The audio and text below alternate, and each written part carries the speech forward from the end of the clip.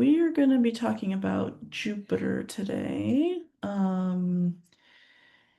Mostly going to be jumping into a live demo, assuming everything works. But I want to start just by sharing a couple pieces of information. How many people here have used Jupyter?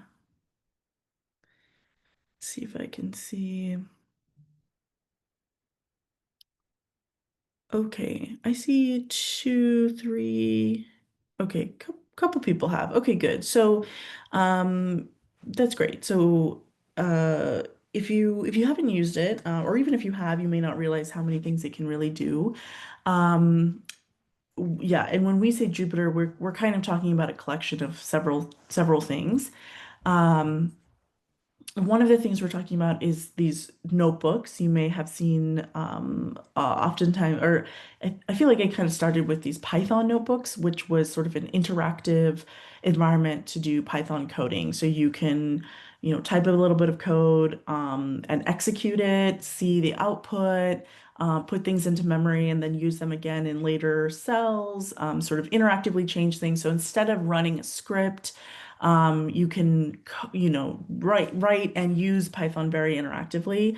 But now Jupyter notebooks can be more than just Python. You can have R notebooks in Jupyter. You can have Julia notebooks.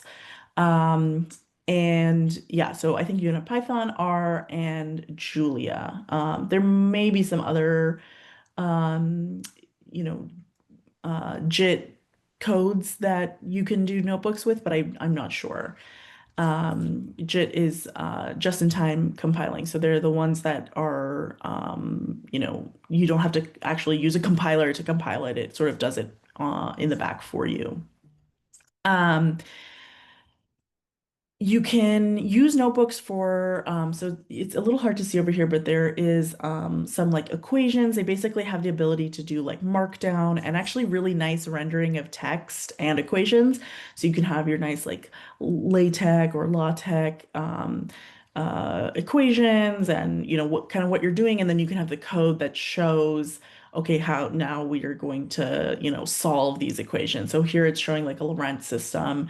They write out the Lorentz equations, the differential equations, and then they show like, okay, if we solve it given certain, coefficients, what does it look like? And here's the code that does it numerically, right?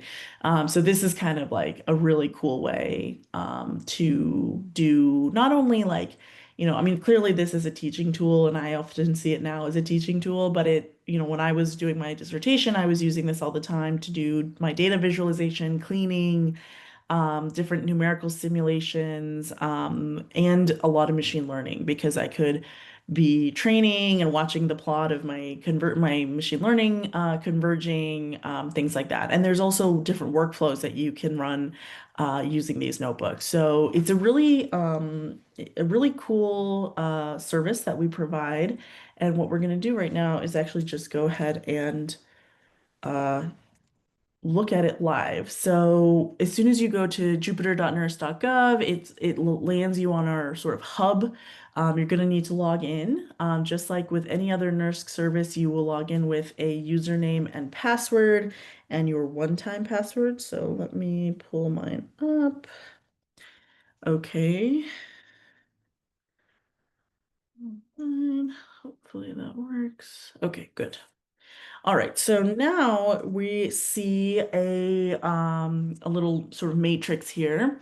In the past and maybe in the future when we get our new system, and if you're still using NERSC resources, you may see more than one system here. So this right now is only showing Pearl Weather. I'm so sorry, excuse me. This is showing just Perlmutter, but in the past we had Cori, which was we had two systems at the same time, so you could actually choose which system you wanted to run on. And then across to left to right here is a couple different options. So these are really similar to what Charles was talking about when in terms of when you log into the system, kind of where do you land? Normally when you log in like through SSH, you land on a login node. So this is and there's uh, explanations here of what these things are.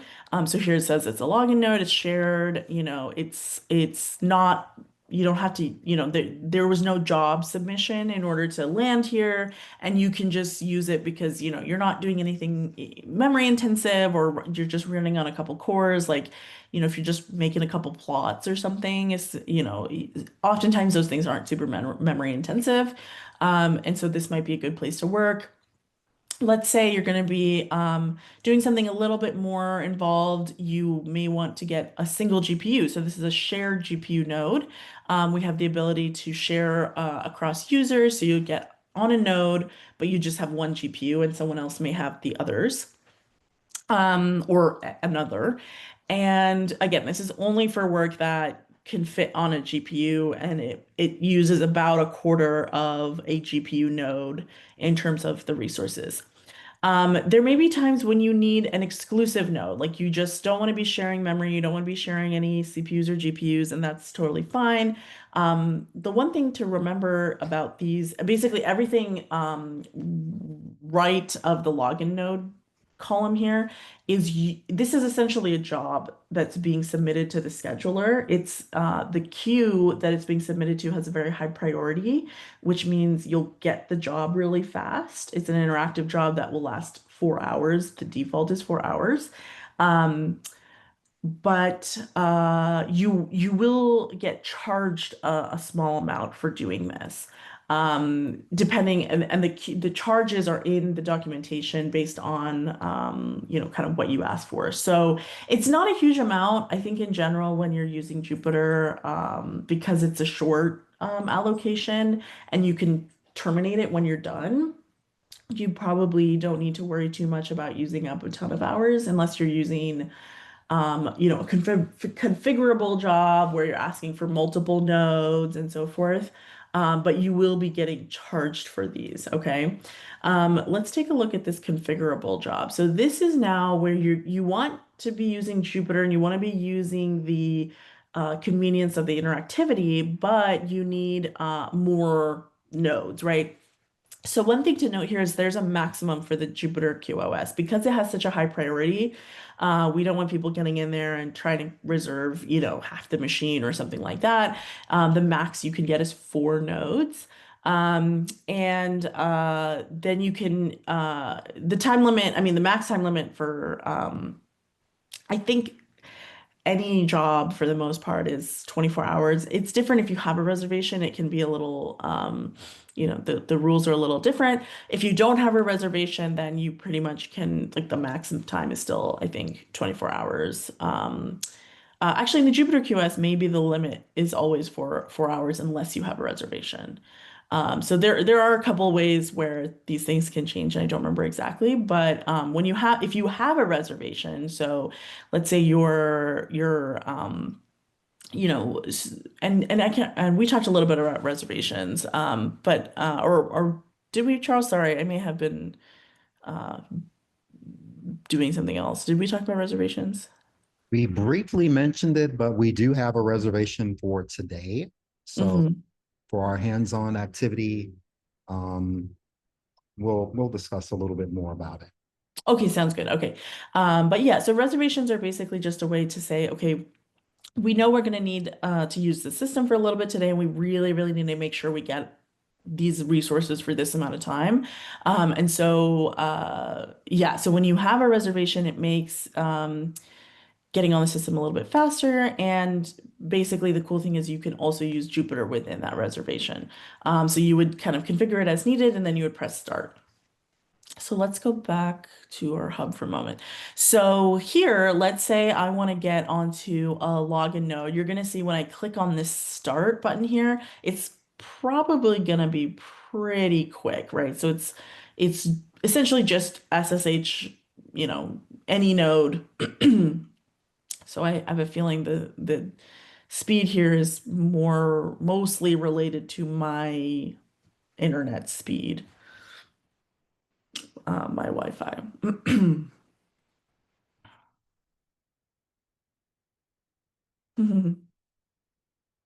Maybe my Wi-Fi is being really slow today. Uh-oh, there we go. Okay, great.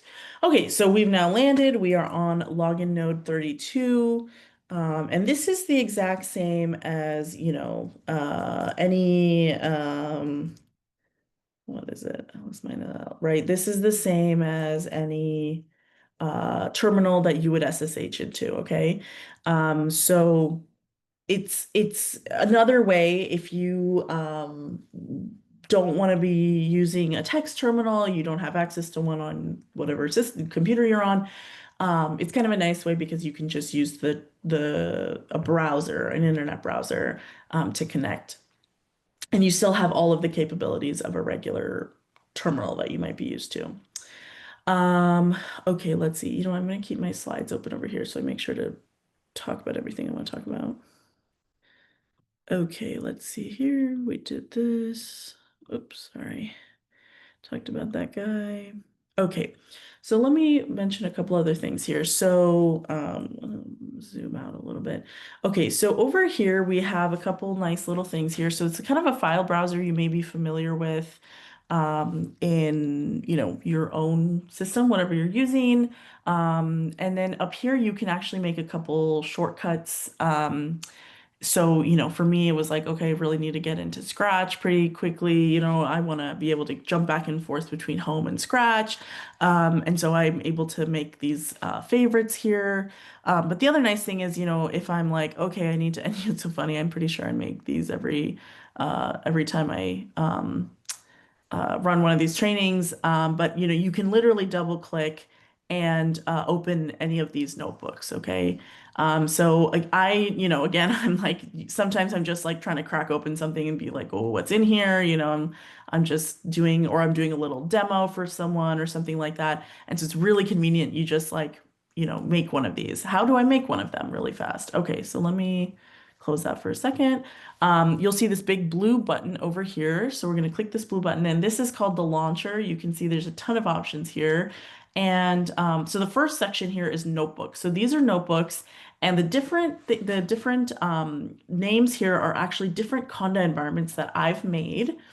And I've asked them to be visible in my Jupyter environment. So I'm going to mention how to do that in a second. So let's say I need, I had a project I was working on that had this particular package called Blitz that I needed access to. And so this is my environment for that. So I can open that and you can see that the kernel, the thing that's actually going to be running my code, is the Conda environment that I asked for. Okay. And here I can actually switch it. Let's say like, oh, actually, never mind. I don't want to be doing that Blitz thing. I actually need to be doing this convolutional neural network for this Leaf project that I was working on during my postdoc. I can actually just switch it right here. And when I press select, it will just change that kernel out for me. So this is a really nice way. Once you've made your Conda environment, you can ask Jupyter to find that Conda environment and use it for whatever notebook you're trying to run. Okay, and so you don't need to be making Conda environments or doing pip installs here in your notebook at the top. Okay. The discard. Okay. Let me mention. Okay, so here's actually the sort of infographic of what that means. So the kernel again is the thing in the back that's actually running your code, right? And so what you need to do is tell Jupyter kind of where to find that kernel and make it available to you. We have really, really, really, really good instructions. Literally, you're going to copy these line by line. So if we go to the documentation, once you're ready, you say, okay, I have this Conda environment. Again, we tend to I think support, yeah, we do support Conda for Python package management. And so we have really good instructions on how to use Conda. And here you can see, how to use a Conda environment as a Python kernel. So it's going to walk you through step by step this process of IPyKernel, which makes your Conda environment visible to Jupyter. Okay, and you just walk through these steps exactly. Okay, any questions about that so far? Great. And you may need to you may even want, I think when you set up this kernel, you may have to either restart the notebook server. And so let me show you what that means. Oops, I closed Jupyter. And actually, this is a really great example of what happens if I close my browser, right? So I close my browser and oftentimes, like if you close your terminal, your connection will close, right? Because it literally kills whatever's running there. The nice thing about Jupyter in the web page is that that doesn't happen, right? So you'll see here, I had closed my tab or I like used it for something else. My server is still running. Okay, so this can be a good thing and a bad thing, right? It's a good thing if you're like, oh no, I didn't mean to close it, and you were like running something, or you had some plot made that you hadn't saved yet. It's really nice because it's still there. The bad thing being like, okay, I'm done for the day, and you just close the tab or you close your browser, it's still running. So if you happen to be using one of the more expensive options, it will continue charging. Okay. And so to get back to your server, you come here and you click on server, right? So now this is going to get me right back to where I was. And we can actually check, okay, are things still running? And we can go into here into the stop button. And if I check, okay, this terminal that I had, so again, I wasn't running any kernels. If there had been, they would be open here, but I had already closed my notebook, which meant that the kernels were already closed. But for example, the terminal, so let's say I had something here in my terminal and I can actually check. It literally is the terminal that I had been using, right? Because I mean I didn't do very much, but I did a few little things here, right? So that's the terminal that I was using is still open, right? And I'm still on login node 32, right? So I'm not, it didn't like re-sign me in, okay? This tab that I opened over here, so this is like the file browser tab. This one down here is like what's running. And maybe I don't know who's in the audience today, but this is basically a stop button. Like if you've had like a boombox or a Walkman or something like that. The square means it represented the stop button. And the reason that's there is because you can come in here and let's say and you've accidentally typed something in your terminal and it's taking forever or something has gone wrong, you can come in here and this is kind of like the force quit if you use a Mac or something, right? Or in Task Manager when you go in and you try to you tell something like kill this process. That is what is going on here. Okay. There's a couple other cool things. I have not used these because these were added after I was kind of, not doing a lot of like active computation myself. But there are these great dashboards here. So you can actually check like when I'm running, back in the day, I used to do this, right? I was running my machine learning. It was supposed to be using one GPU, but every once in a while I was like, what is it actually doing? I'd go into my terminal and type in, NVIDIA SMI. You don't want to be sitting there watching, people would do like watch in, NVIDIA SMI, and it's not a very uh, efficient thing to do. But here, and again, I'm on a shared node, so like somebody else was probably using it for a second, and now they're not using it anymore, right? Um, let's see what happened. Oh, sometimes this happens. Um, but looks like, let's see here. Let's see, is anyone else using? Okay, so something is happening, right? Or maybe this looks like it's just kind of the. Oh, this is the available memory because the memory is usually so this is how much is available, I think, not how much is being used. Because our GPUs all have about 40, whatever, 42 gigs memory. Unless somebody's using all 42 gigs, which I really doubt. Let's see. Yeah, I guess we can check here. Is anyone use someone? No, PCI total utilization.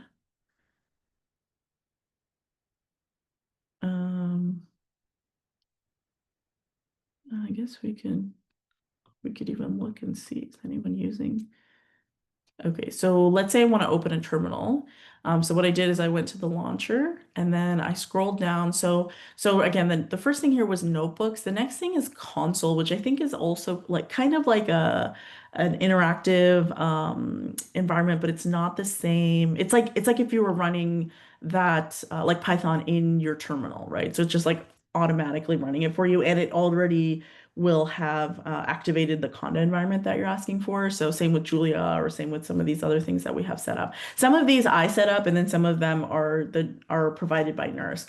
And unfortunately, it all blends in. So like the ones that are mine versus the ones that are the standard for NERSC kind of look similar. But like for example, these usually are the ones that like okay, NERSC has set up.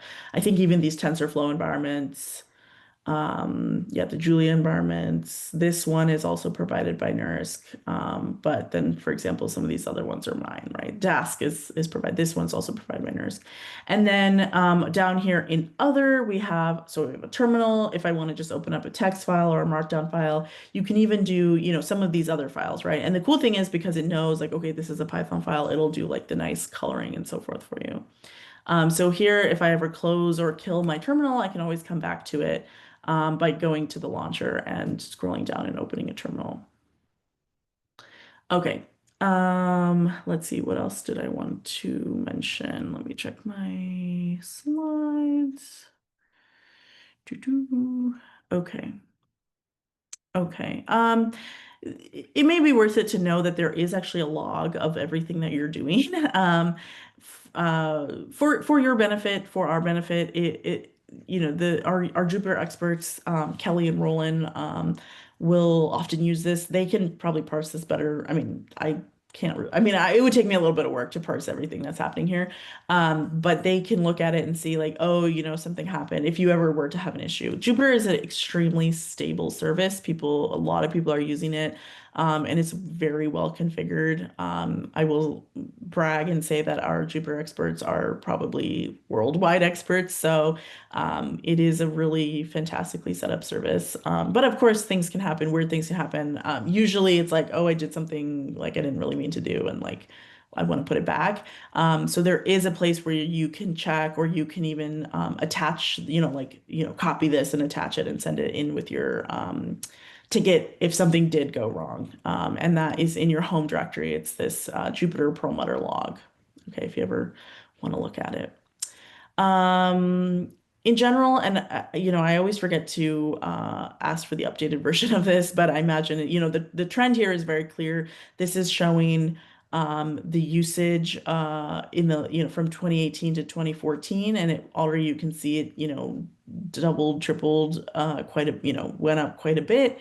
And it's even more so now. I think it's because it's a really user-friendly environment. I personally really like it. I mean, I grew up doing SSH in a terminal, but now the kind of point and click aspect of Jupyter is very appealing to me. I think it's just kind of easier for me to use.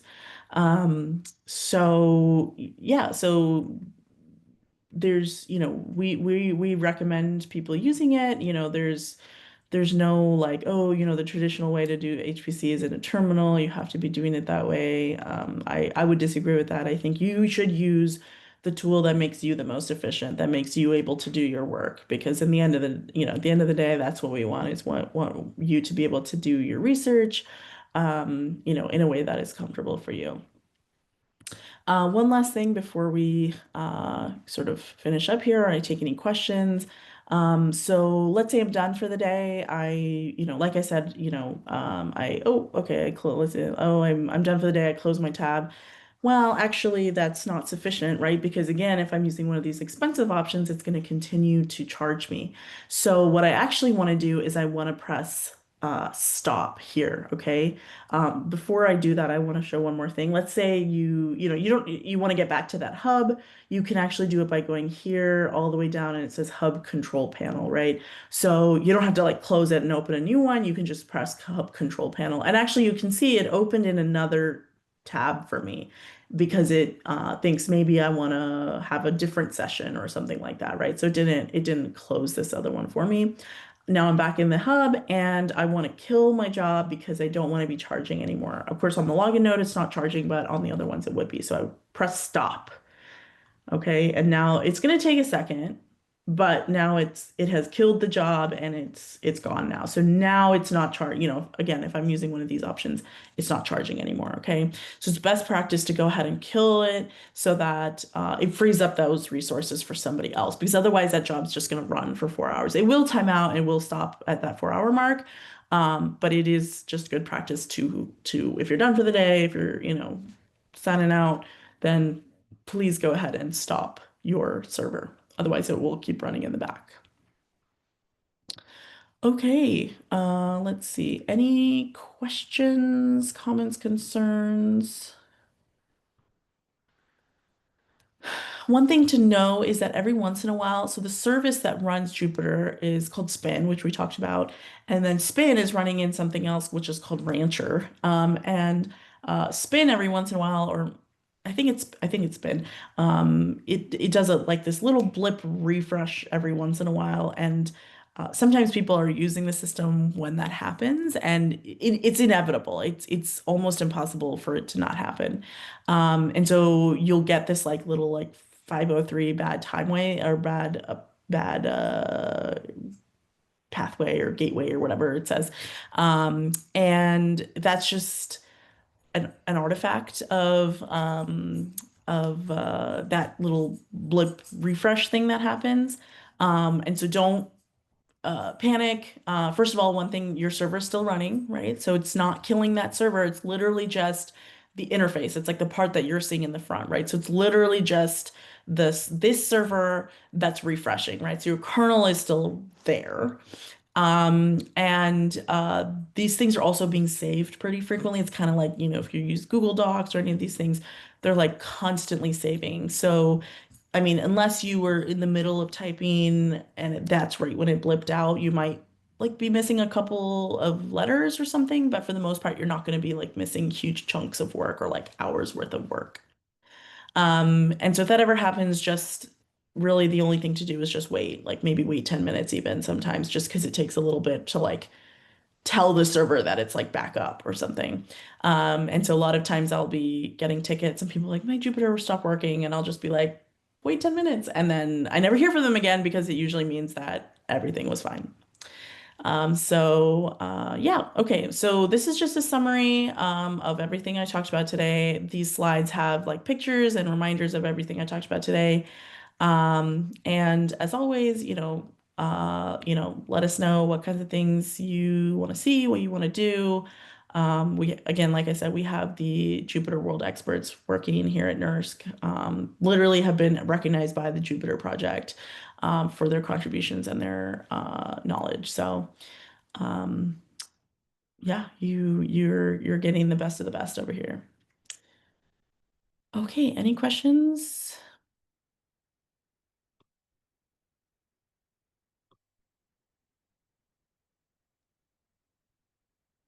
So we did have a Okay. question kind of related, asking about connecting with VS Code with Nurse, which we guess you can do.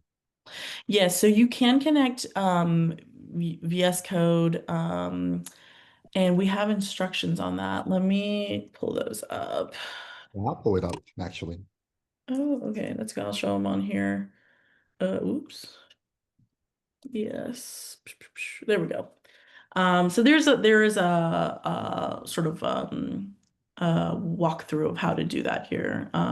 We also have an event that we ran. Actually, now it's been a while, so we might do that again soon, where we did it. We did this live, and then you could ask any questions you had. So we might do that again soon. But it's actually pretty easy to run to set it up.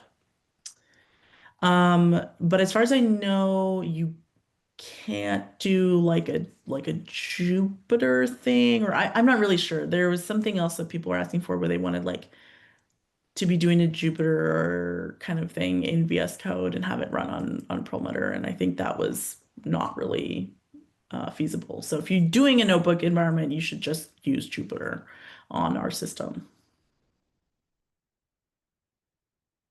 Okay.